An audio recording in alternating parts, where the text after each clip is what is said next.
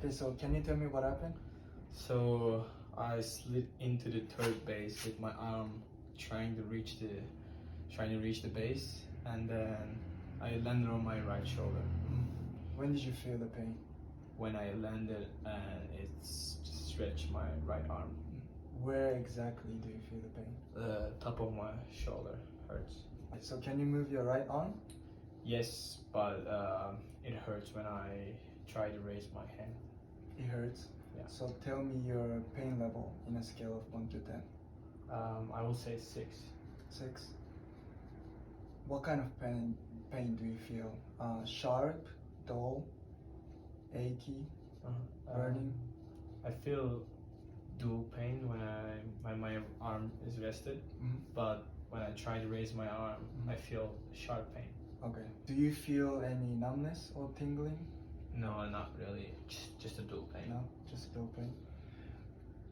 Did you hear or feel any popping or cracking sound? No, I didn't feel or hear anything. Okay. Have you had any shoulder injuries before? No, I haven't. Okay.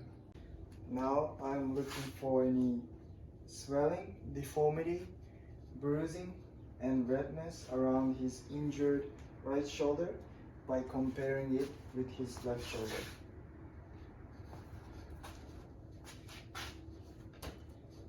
It looks like he has no swelling, deformity, or bruising on his right shoulder.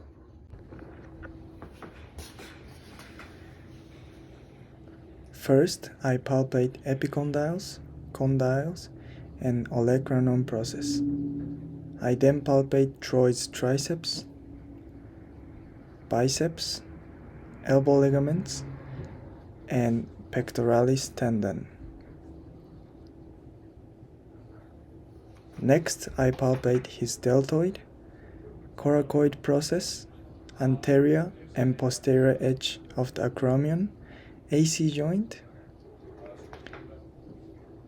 and the spine of the scapula along the medial border of the scapula.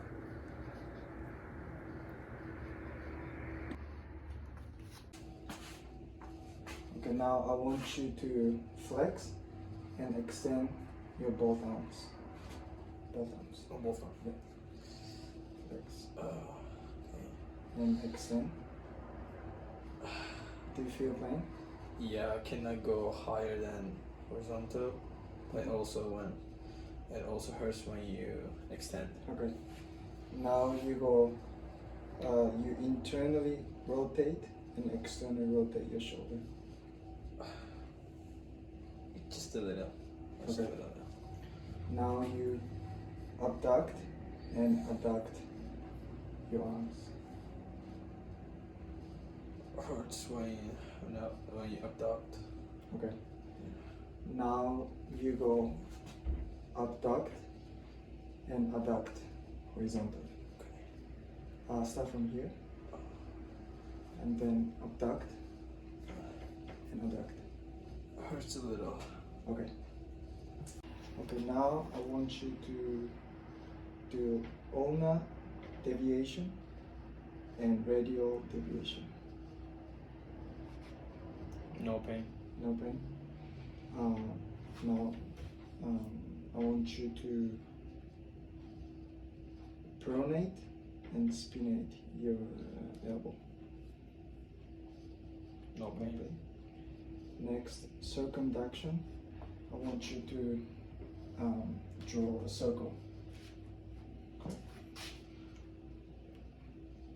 It hurts. Hurts a little? Yeah.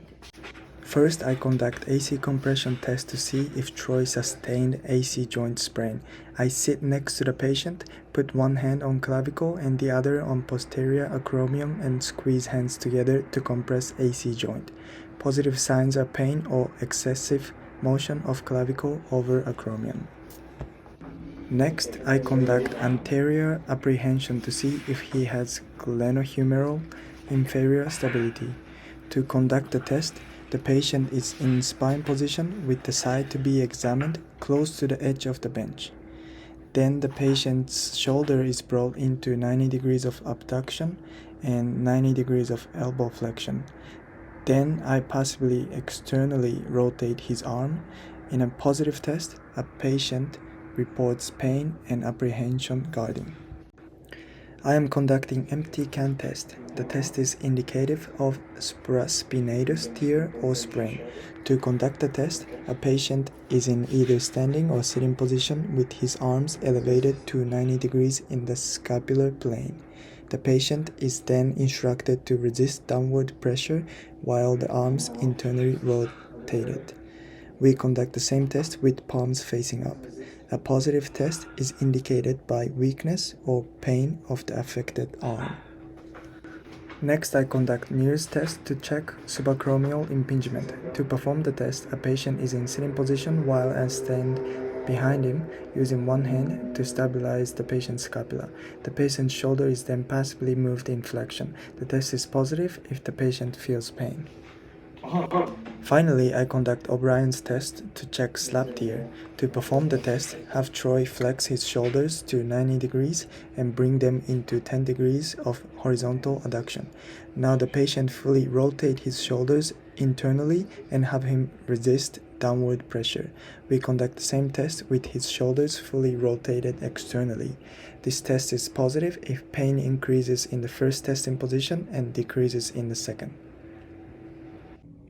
Considering he felt pain during the AC compression test but has no nerve pain, swelling, or bruising, I suspect he sustained light AC joint sprain.